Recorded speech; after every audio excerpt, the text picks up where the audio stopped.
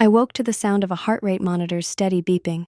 The ceiling above me was paneled with fluorescent lights, one of them flickering slightly. My head felt heavy, as if someone had stuffed it with cotton, and when I tried to move my hand to touch it, I found an IV line taped to my skin. "You're awake," a female voice said. A nurse in pale blue scrubs stood beside my bed, adjusting something on the monitor. Her name tag read, Yamamoto. She had a round face with kind eyes that crinkled at the corners when she smiled. "How are you feeling?" she asked, checking my vital signs on a clipboard. I opened my mouth to answer, but my throat felt like sandpaper. The nurse noticed and reached for a cup of water, helping me take small sips through a straw. "Thank you," I whispered, my voice raspy from disuse. "Do you remember your name?" she asked, pen poised over her chart. That's when something clicked in my mind. A realization so sudden and clear it felt like a door opening. The last thing I remembered before waking here, Ray and Kaho together at the vending machines, their hands intertwined, his lips on her neck, the crack of my phone hitting the floor when they noticed me standing there, the rain-slick pavement as I ran. I remembered everything perfectly, but I heard myself say no, a simple lie, one word that changed everything. The nurse's expression softened with concern. "That's okay. Your name is Takahashi Yui. You've been in an accident and suffered a head injury. You've been unconscious for 3 days." I stared at her, intentionally vacant, as if trying to process this information about myself. Inside, my mind raced with perfect clarity. "I'll let the doctor know you're awake," she said, patting my hand before leaving the room. When the doctor arrived, a middle-aged man with round glasses and thinning hair, he explained I was suffering from retrograde amnesia caused by the impact when I'd fallen. Apparently, I'd been hit by a bicycle while running in the rain. My head had struck the curb. "Memory loss is common with concussions like yours," he explained. "It may be temporary or permanent. There's no way to know for certain. Often memories return gradually, but some patients never fully recover certain periods of their past." I nodded, playing along, asking appropriate questions about my condition while watching him carefully. Not once did he seem suspicious of my claim. Why would he be? Memory loss was a perfectly reasonable symptom for someone with my injury. The hospital staff contacted my emergency contacts, my parents and Ray. They told me Ray would be arriving soon. He was listed as my boyfriend. I lay back against the pillows, planning how to react when I saw him. Should I appear completely blank?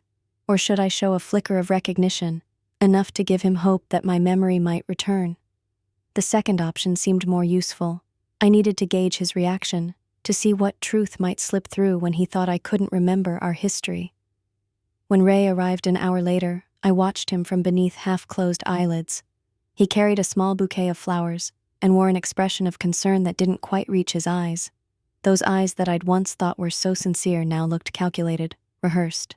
"Yui," he said, approaching my bed tentatively. "It's me, Ray." I stared at him with deliberate blankness, then allowed a tiny furrow of concentration to form between my brows. "Ray?" I repeated, as if testing the sound. Relief flickered across his face for just an instant before disappearing behind a mask of appropriate distress. That fleeting expression confirmed everything. He welcomed an escape from our relationship, an easy out that wouldn't make him the villain. "The doctors say you have amnesia," he said, setting the flowers on the bedside table.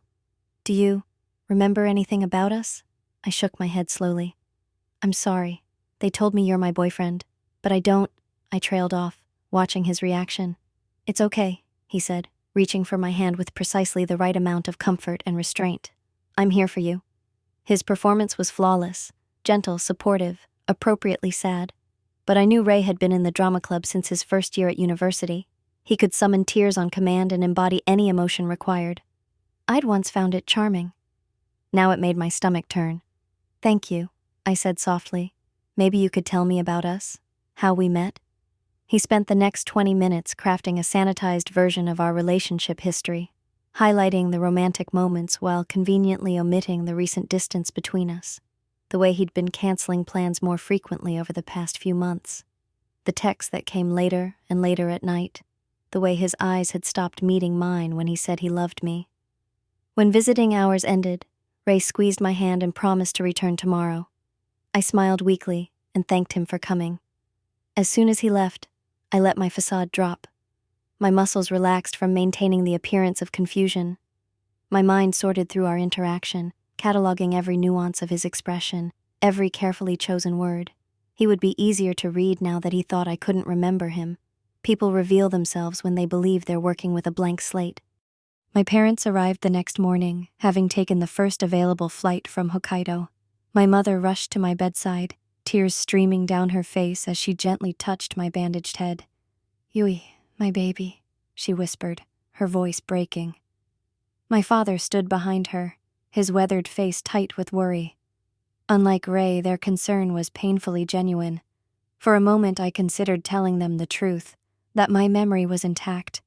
But that would mean explaining what had happened before my accident, admitting the humiliation that had sent me running into the rain. I wasn't ready for that. "Mom? Dad?" I said, allowing recognition to dawn slowly on my face. "I remember you." They both exhaled with palpable relief. This wasn't a complete lie. I was allowing myself to remember certain things while claiming amnesia for others. This selective approach would be more believable than total memory loss, and it would give me control over what people thought I knew. "The doctors said familiar faces might trigger some memories," my father said, his voice gruff with emotion. "Do you remember what happened? The accident?" I shook my head. "No, just fragments. I remember home. I remember you both. But being here in Tokyo, at university, it's all blank." My mother stroked my hair, careful to avoid the bandages. "It's okay, sweetheart. It will come back in time." Over the next few days, a stream of visitors came to my hospital room. Classmates, dorm mates, people who called themselves my friends. Each interaction revealed something new. Some visitors seemed genuinely concerned, sitting with me for hours, showing photos on their phones, telling stories about our time together. Others came out of obligation, staying only a few minutes, clearly uncomfortable with my blank stares. Kaho never came. I wasn't surprised. Ray visited daily, maintaining his role as the devoted boyfriend. Sometimes I caught him checking his phone when he thought I wasn't looking, the corner of his mouth twitching upward at whatever, or whoever, was on the screen. At night, alone in my room with only the soft beeping of machines for company, I contemplated my charade. This fake amnesia granted me distance from pain. More importantly, it gave me unexpected power in a situation where I'd been powerless. People spoke more freely around me, as if my memory loss somehow affected my comprehension as well. Nurses discussed other patients. Doctors mentioned prognoses they thought I wouldn't understand. Visitors revealed things they might otherwise keep hidden. I decided to maintain the pretense. Not from fear or avoidance, but as calculated strategy. This amnesia, this lie, would be my shield and my lens, allowing me to see the truth about everyone in my life while giving me time to plan my next steps. When the doctors discussed discharge plans a week later, they spoke of rehabilitation and therapy. My parents wanted me to return to Hokkaido with them, but I insisted on staying in Tokyo. "I need to be in familiar surroundings," I argued. "It might help my memory return." The doctors agreed this was reasonable, though they advised against returning to my normal university schedule immediately. My father frowned, concerned about me living alone in my condition. "She can stay with me," a voice said from the doorway. My Aunt Fumiko stood there, stylish as always, in a charcoal pencil skirt and cream blouse. My father's younger sister had moved to Tokyo 15 years ago and rarely returned north. She worked as an editor at a publishing house and lived alone in a spacious apartment in Setagaya. "I have a spare bedroom," she continued, addressing my parents, but watching me carefully. "It's quiet there. No students or dormitory noise, and I'm only 3 train stops from her university when she's ready to return to classes." My parents exchanged a look. They had always found Fumiko slightly intimidating, her urban sophistication at odds with their rural practicality, but they couldn't deny her suggestion made sense. "What do you think, Yui?" my mother asked. I pretended to consider the option, though inside I felt a surge of relief. Aunt Fumiko's apartment would be perfect, away from the dormitory where too many people knew me, but still in Tokyo, where I could execute whatever plan I eventually formulated. "I'd like that," I said. "Thank you, Aunt Fumiko."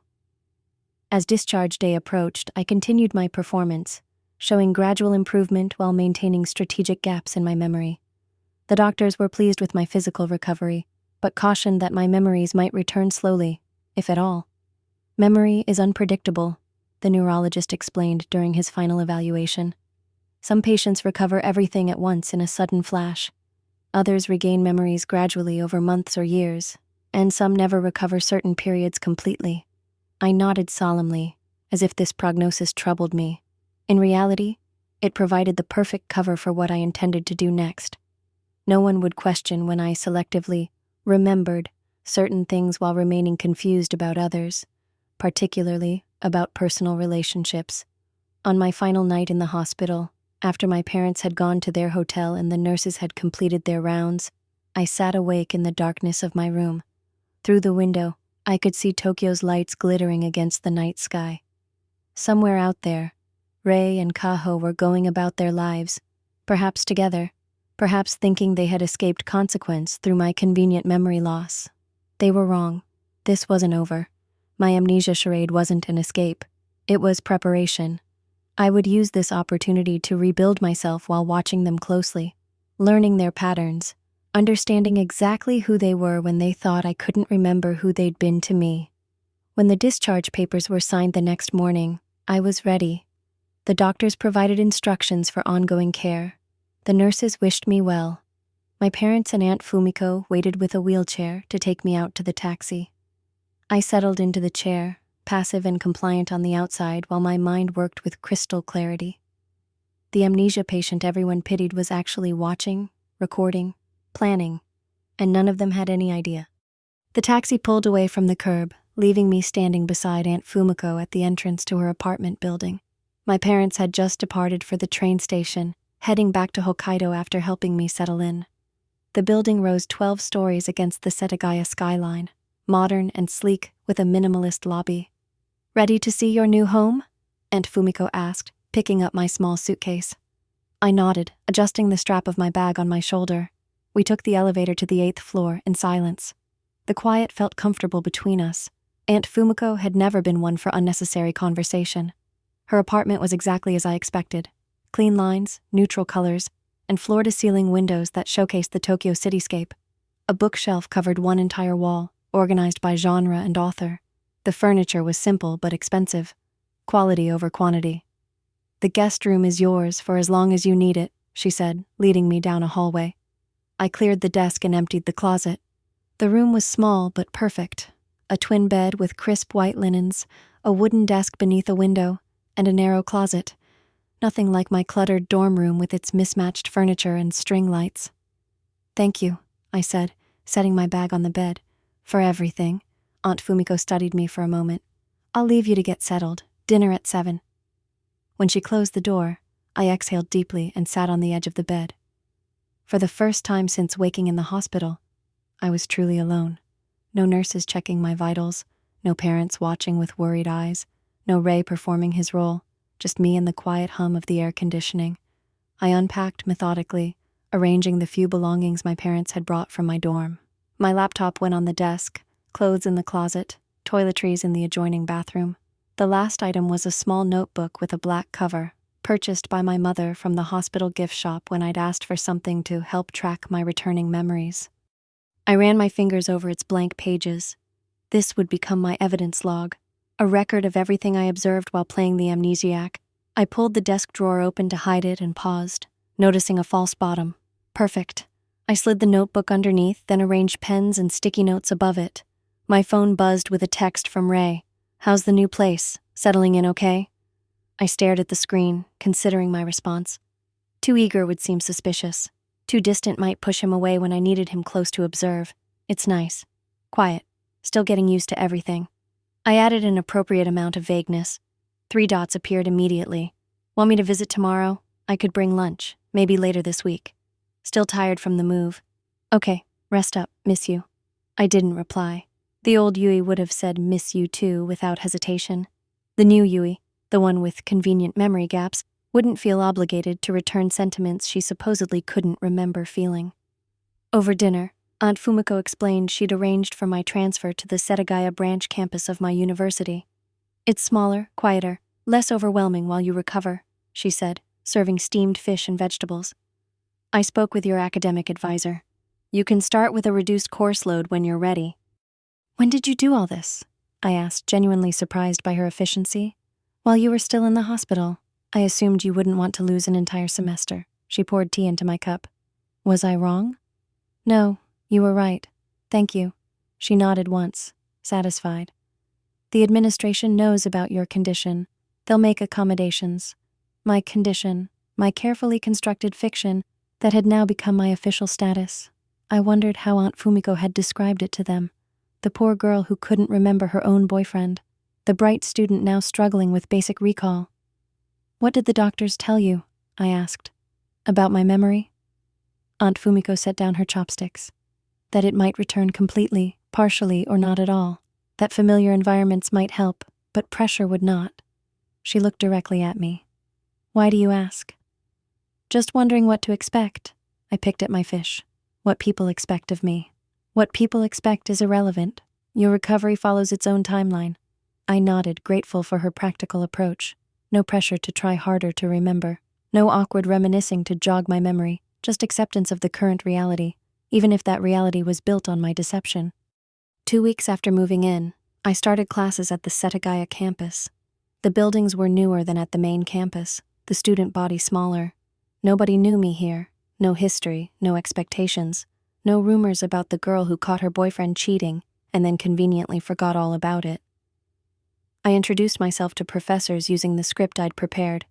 I'm Takahashi Yui. I'm transferring from the main campus following a medical leave. Please excuse any inconsistencies in my participation as I'm still recovering. Simple, professional, with just enough information to explain any odd behavior without inviting pity. In class, I was studious but quiet. I took meticulous notes, completed assignments early, and participated exactly enough to demonstrate comprehension without drawing attention. My academic performance actually improved, without the drama of my former social life. Back at the apartment, I established routines. Morning tea with Aunt Fumiko before she left for work. Classes until mid-afternoon. Study sessions at the campus library. Dinner preparation before my aunt returned. Evenings spent reading or working at my desk. And throughout it all, I maintained my journal. Day 17. Ray called again. Said he's been thinking about where we stand. Mentioned we'd been going through a rough patch before my accident. First concrete reference to our relationship problems. Is he laying groundwork to break up? Day 23. Received group text from former dormmates asking how I'm doing. Only Mika and Haruka have consistently checked in. Others dropped away after first week, telling which friendships were real. Day 30. Met Ray for coffee. He showed photos from our first year together. Watched my reactions carefully when showing picture of me, him, and Kaho at beach. Testing, if I remember, or guilty conscience. Between these observations, I documented my genuine recovery. The headaches that came less frequently. The improved concentration. The fading bruises. My physical healing was real, even if my memory loss wasn't. 1 month after moving to Setagaya, Kaho finally contacted me. A text message on a Tuesday afternoon. Hi Yui, been thinking about you. Can I visit sometime? I waited 3 hours before responding. Sure, I'm free this weekend. We arranged to meet at a cafe near Aunt Fumiko's apartment that Saturday. I arrived early, chose a corner table with a view of the entrance, and ordered green tea. When Kaho walked in, I noted every detail. Her nervous glance around the room, the convenience store flowers clutched in one hand, her hair freshly styled, the way she tucked it behind her ear 3 times before reaching my table. Yui, she said, her voice higher than normal. You look good. Thank you, I responded, keeping my expression neutral but pleasant. Amnesia patient Yui wouldn't know to be angry with her. Have we known each other long? The question hit her like a physical blow. She blinked rapidly, set the flowers on the table, and sat down. Yes, since first year. We lived in the same dormitory. She fidgeted with her napkin. We were friends. Were? I tilted my head, the picture of innocent confusion. We are friends. She flagged down a server and ordered a latte, her hand slightly trembling. How much do you remember? I gave her the same response I'd rehearsed for everyone. Bits and pieces, my parents, my childhood, basic facts about myself, but Tokyo, university, people, it's mostly blank. That must be so hard. Her sympathy sounded genuine, which made it worse. Do you remember anything about me? I paused, as if searching through fragmented memories. You seem somehow important. I just don't know why. Her smile twitched at the corners, eyes darting away from mine. We hung out a lot, shopping, studying, school events. Tell me something we did together, I prompted. Maybe it will help me remember. Well, we went to that ramen place near campus a lot, and last summer we visited the night market in Asakusa. She mentioned safe, public outings, nothing that would reveal our actual closeness, the confidences we'd shared, how she'd been one of the first people I'd told about my feelings for Ray. As she spoke, I watched her face, searching for tells, the slight flush when she mentioned certain dates, the way she glossed over the last few months, how she never directly referenced Ray. What about my boyfriend? I asked suddenly. Did you know him well? She choked slightly on her latte. Ray? Yes, he was around a lot since you two were dating. Were you friends with him too? Just through you mostly. She dabbed at her mouth with a napkin. How is he handling all this? He visits, brings photos, tells me stories. I shrugged. He seems nice. He is nice, she said quickly. He really cares about you. I let silence stretch between us, watching her discomfort grow.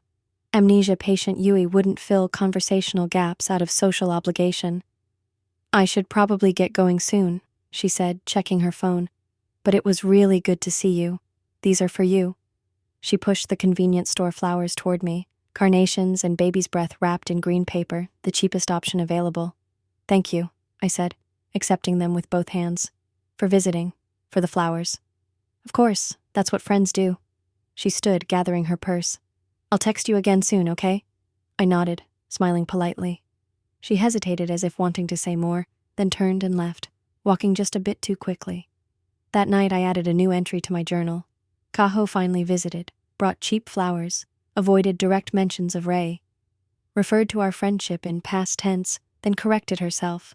Clearly nervous, left abruptly when conversation turned to Ray. Promised to text soon, but I doubt she will. As weeks passed, I settled deeper into my role while collecting more pieces of truth. Through carefully timed questions and observations, I learned that Ray had been pulling away from me for months before the accident. Their affair hadn't been a one-time mistake. It had been ongoing, deliberate. During one visit, I overheard Ray's phone conversation when he stepped onto Aunt Fumiko's balcony, thinking I couldn't hear through the glass door. I can't meet tonight, because I'm visiting Yui. I know it's been 3 weeks, but what am I supposed to do? This isn't easy for me either. Look, we talked about this. We need to be patient. Just wait a little longer. When he returned inside, I was sitting exactly as he'd left me, flipping through a magazine with apparent disinterest. He never suspected I'd heard everything. That same evening, a notification lit up his phone screen while it sat on the coffee table. Kaho, I miss you. When can we? The rest disappeared when the screen went dark. Ray quickly pocketed the phone, asking if I wanted to order takeout for dinner. Each new discovery should have hurt, but instead I felt a cold satisfaction. Their behavior confirmed everything I'd suspected. The affair hadn't started the night I caught them. It had been going on for months. Ray's canceled plans, late-night texts, emotional distance, all explained. 2 months after my hospital release, Aunt Fumiko knocked on my bedroom door one evening.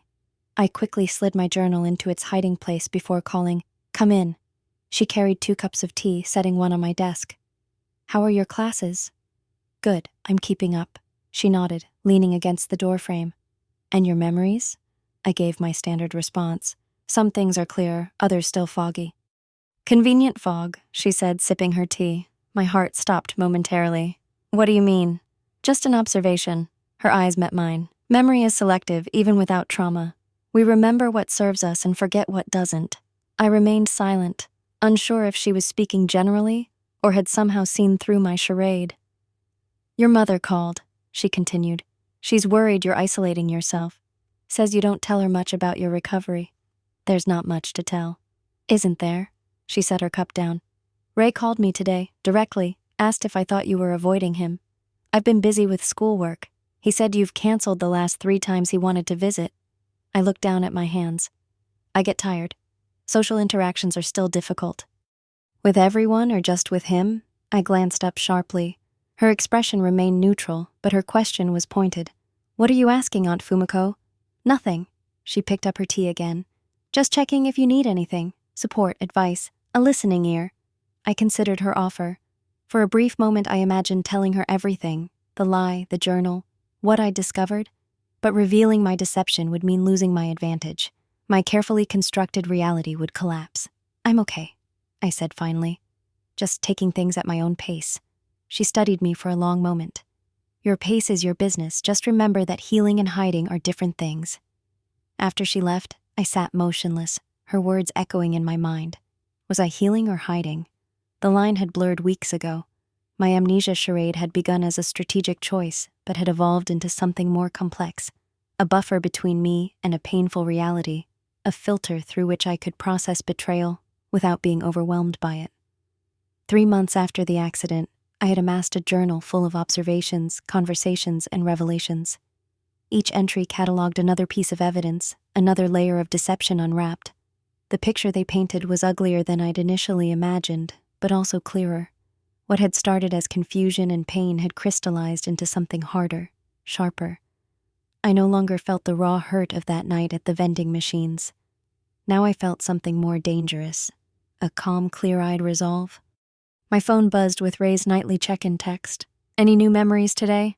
I stared at the message, thinking about my journal hidden in the desk drawer, filled with truths I wasn't supposed to know. About Kaho, who'd never texted again after our cafe meeting. About my aunt's perceptive comment about hiding versus healing. For 3 months, I'd been passive, watching, listening, documenting, the amnesiac with no agency, no voice, no demands.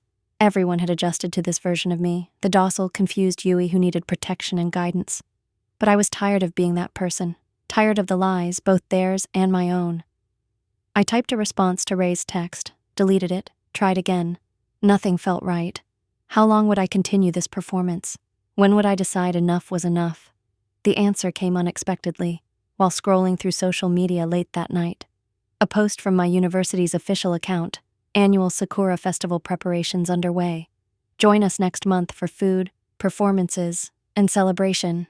I clicked through the event details, scanning the list of participating clubs and classes. 2 entries caught my eye. Drama Club Haunted House, Lead Coordinator, Mizushima Rei, Class 3, B Maid Cafe. Manager, Nakamura Kaho. Something clicked into place as I read those names side by side. The perfect setting, the perfect audience, the perfect moment to end my charade. I closed my laptop and walked to the bathroom. In the mirror, I studied my reflection, the face that had played confused and vulnerable for 3 months. I straightened my shoulders and practiced a different expression, clear-eyed, confident, unflinching. "I remember everything," I whispered to my reflection. The words hung in the air, powerful in their simplicity. For the first time since the accident, I felt something like anticipation. The Sakura Festival would be my stage. After months of watching their performance, it would finally be my turn. I found myself staring at the university's social media post for longer than I intended. The annual Sakura Festival, an event I'd attended twice before as a regular student with regular concerns. Now it represented something entirely different, an opportunity. My fingers hovered over the screen, scrolling through the event details again. Drama Club Haunted House, led by Mizushima Rei. Class 3, B Maid Cafe, managed by Nakamura Kaho. Their names appearing together so publicly felt like confirmation of everything I'd been documenting in my journal. The timing couldn't have been more perfect. 3 months after my accident, when everyone had settled comfortably into the narrative of poor, confused Yui with her convenient memory gaps. 3 months of watching and waiting, of collecting evidence while they thought I was helplessly trying to piece together my past. I closed my laptop and moved to the window of my bedroom in Aunt Fumiko's apartment. 8 floors below, Tokyo continued its evening rhythm. Cars traveled in orderly lines, pedestrians moved along sidewalks, lives proceeded without interruption. Unlike mine, which had been suspended in this performance, the Sakura Festival was exactly 1 week away. I needed to prepare. The next morning, after Aunt Fumiko left for work, I withdrew cash from my account and took the train to a shopping district I'd never visited when I was with Ray. I needed something new, something that belonged entirely to this version of me, the version who remembered everything and was done pretending. The boutique I chose was small and minimalist, with clothes arranged by color rather than type. A sales associate approached as I examined a rack of jackets. "Can I help you find something specific?" she asked. "I need an outfit for an important meeting," I said. Something that makes a statement. Her eyes brightened with interest. Professional, casual, what kind of statement? I considered her question. The kind that says I'm not who you think I am anymore. She nodded, as if this was a perfectly reasonable request. I know exactly what you need. 2 hours later, I returned to the apartment with a shopping bag containing black wide-leg pants with a high waist, a white structured top with clean lines and an asymmetrical neckline, and low-heeled black boots that added just enough height without sacrificing stability. The outfit was nothing like what I'd worn before. No pastels, no soft edges, nothing that suggested vulnerability or accommodation. I hung the clothes in my closet, behind the items my parents had brought from my dormitory. Those clothes belonged to the old Yui, the one who had run crying into the rain, the one who'd been too afraid to confront betrayal directly. They weren't right for what came next. Each day that week, I refined my plan. I reviewed my journal entries, sorting through months of observations, conversations, and revelations. I memorized dates, times, specific phrases I'd overheard. I needed precision when the moment came. At night, I stood in the bathroom with the door locked, practicing what I would say. The first attempts came out too emotional, my voice catching on certain words. I tried again, aiming for calm clarity. I remember everything I said to my reflection, watching my expression, adjusting my tone. I never forgot. Too flat. I tried again. I remember everything, the night at the library, your 3-month affair. Better, but still not right. I kept practicing, softening some phrases, sharpening others, until each word carried exactly the right weight. Not vengeful, not broken, simply factual, unavoidable truth. The evening before the festival, I found Aunt Fumiko in the living room, reading manuscripts from work. She looked up as I entered. I'm going to the Sakura Festival tomorrow, I said, keeping my voice casual. At my former campus. She marked her place in the manuscript and set it aside. Are you ready for that? I think it's time, I replied. Part of the recovery process, facing familiar places. She studied me carefully. Will Ray be there? Probably. He's running the drama club's haunted house, and that doesn't concern you. I chose my words deliberately. Seeing him in a public setting seems easier than private visits. Less pressure. She nodded slowly. That makes sense. Would you like me to go with you? No, thank you. This is something I need to do myself. Very well. She picked up her manuscript again. Let me know if you change your mind. That night, I lay in bed reviewing mental notes when my phone lit up with Ray's nightly check-in text. Any new memories today? For 3 months, I'd responded with appropriately vague answers. Glimpses of my childhood, fragments of conversations, nothing specific or meaningful, nothing that would threaten his comfortable narrative. I stared at the screen, thinking about tomorrow, the festival, the confrontation, the end of this exhausting charade. I typed a single word, yes. Before he could respond, I turned off my phone completely. Let him wonder. Let him spend the night anxious about what exactly I might have remembered. I placed the phone on my nightstand and turned off the light. Usually nights were difficult, my mind racing with plans and observations, cataloging betrayals, rehearsing confrontations. But tonight was different. A strange calm settled over me, like the moment in theater when the house lights dim before the performance begins. Tomorrow would end this chapter, the one where Yui Takahashi played the amnesiac victim, the one where Rei and Kaho thought they'd escaped consequence, the one where I collected truths nobody would have voluntarily offered. I lay in the darkness of Aunt Fumiko's spare bedroom, listening to the distant sounds of Tokyo at night. For the first time since waking in that hospital bed with the beeping monitors and fluorescent lights, sleep came easily. My body recognized what my mind had already decided. This performance was reaching its final act. Morning light spilled through the blinds as I opened my eyes. The unusual restfulness of my sleep had left me clear-headed and focused. Today was the day. I showered methodically, dried my hair with care, and applied makeup with a precision I hadn't bothered with in months. Subtle but intentional, enhancing rather than hiding. I reached past my old clothes to the back of the closet where yesterday's purchase hung waiting. The structured white top and high-waisted black pants felt like armor as I put them on. I stepped into the new boots and stood before the mirror, almost startled by the woman who looked back at me. This wasn't the soft, confused Yui who'd played amnesiac for 3 months. This was someone else entirely, someone with clear eyes and steady hands. My phone remained off. I'd deal with whatever messages Ray had sent later. "You look different," Aunt Fumiko commented when I entered the kitchen. She set down her coffee cup, studying me with those perceptive eyes. "I feel different," I replied, accepting the cup of green tea she offered. "The outfit is new." "Yes," she nodded once, not pushing for elaboration. "Do you need train fare?" "I have enough, thank you." We drank our tea in comfortable silence until she gathered her work bag. At the door, she paused. "Call if you need anything at all." I promised I would, though we both knew I wouldn't. Whatever happened today, I would handle it myself. The train to the main campus was crowded with students heading to the festival, many wearing casual yukata or carrying props for performances. No one recognized me. 3 months was a long time in university life, and I'd changed enough that I blended into the anonymity of the crowd. Cherry blossom petals drifted across the main gate as I entered campus for the first time since my accident.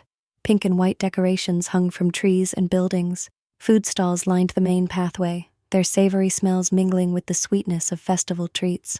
Classroom buildings had been transformed into makeshift attractions, banners announcing each club's offering.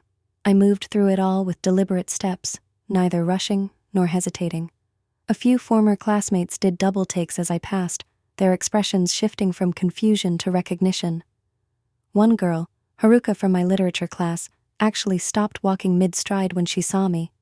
"Yui, oh my god, is that you?" I gave her a small smile. "Hello, Haruka. You're back on campus? How are you? How's your—" She gestured vaguely toward her head.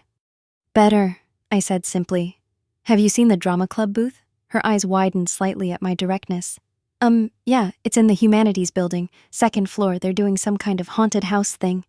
I thanked her and continued walking, aware of her staring after me. Word would spread quickly now. The amnesiac girl was back, looking different, acting different. The humanities building was decorated with fake cobwebs and paper ghosts.